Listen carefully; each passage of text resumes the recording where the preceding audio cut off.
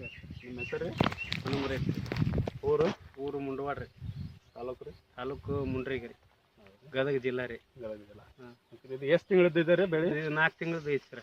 ಇದಕ್ಕೆ ಏನು ಗೊಬ್ಬರ ಹಾಕಿರ್ತಾರೆ? ಇದಕ್ಕೆ ಏನಿಲ್ರಿ, ಅವು ಇದನ್ನ ಕೆಮಿಕಲ್ ಕೊಟ್ಟಿದ್ರಲ್ರಿ ಸರ್, RPS, ಅದನ್ನ ಹಾಕಿವಿ ಸರ್.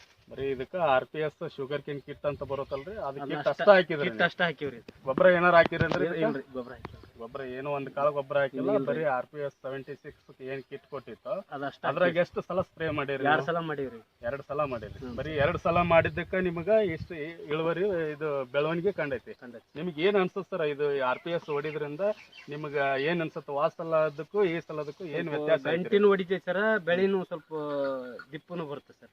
ನಿಮ್ಗ ಖರ್ಚಿನೊಳಗನು ಕಡಿಮೆ ಆಗೈತೆ ಸರ್. ಹೋದ್ ಸಲ ಎಷ್ಟು ಖರ್ಚು ಮಾಡ್ತಿದ್ರಿ ಪರ್ ಎಕರೆಕ?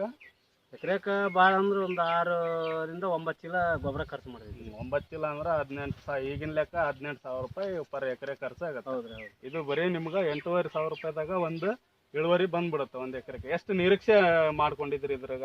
ಇದ್ರಾಗ ಈಗ ಒಂದು 50 ರಿಂದ 60 ಮಟ್ಟ ನಿರೀಕ್ಷೆ ಮಾಡ್ತೀನಿ ಸರ್. 60 ಟನ್ ಮಟ್ಟ ನಿರೀಕ್ಷೆ ಮಾಡಿದ್ರಿ. ಹೋದ್ ಸಲ ಎಷ್ಟು ಬಂದಿತ್ರಿ ಇದು? ಒಂದು 35 ಬಂದಿತ್ತು. 35. ಅಂದ್ರೆ ಈ ಬರೇ ಇದು ಇಷ್ಟಕ್ಕನ ನಿಮ್ಗೆ 15 ಟನ್ ಇನ್ಕ್ರೀಸ್ ಆಗತ್ತನ್ನ ನಂಬಿಕೆ ಇದೆ. ಇನ್ನೂ 2 ಸಲ ಸ್ಪ್ರೇ ಹೊಡಿದ್ರಿಂದ ಇನ್ನೂ ಜಾಸ್ತಿ ಇಳುವರಿ ಬರಕ ಚಾನ್ಸ್ ಐತಿ. ಆಜು ಬಾಜು ರೈತರಿಗೆ ಏನ್ ಹೇಳಕ್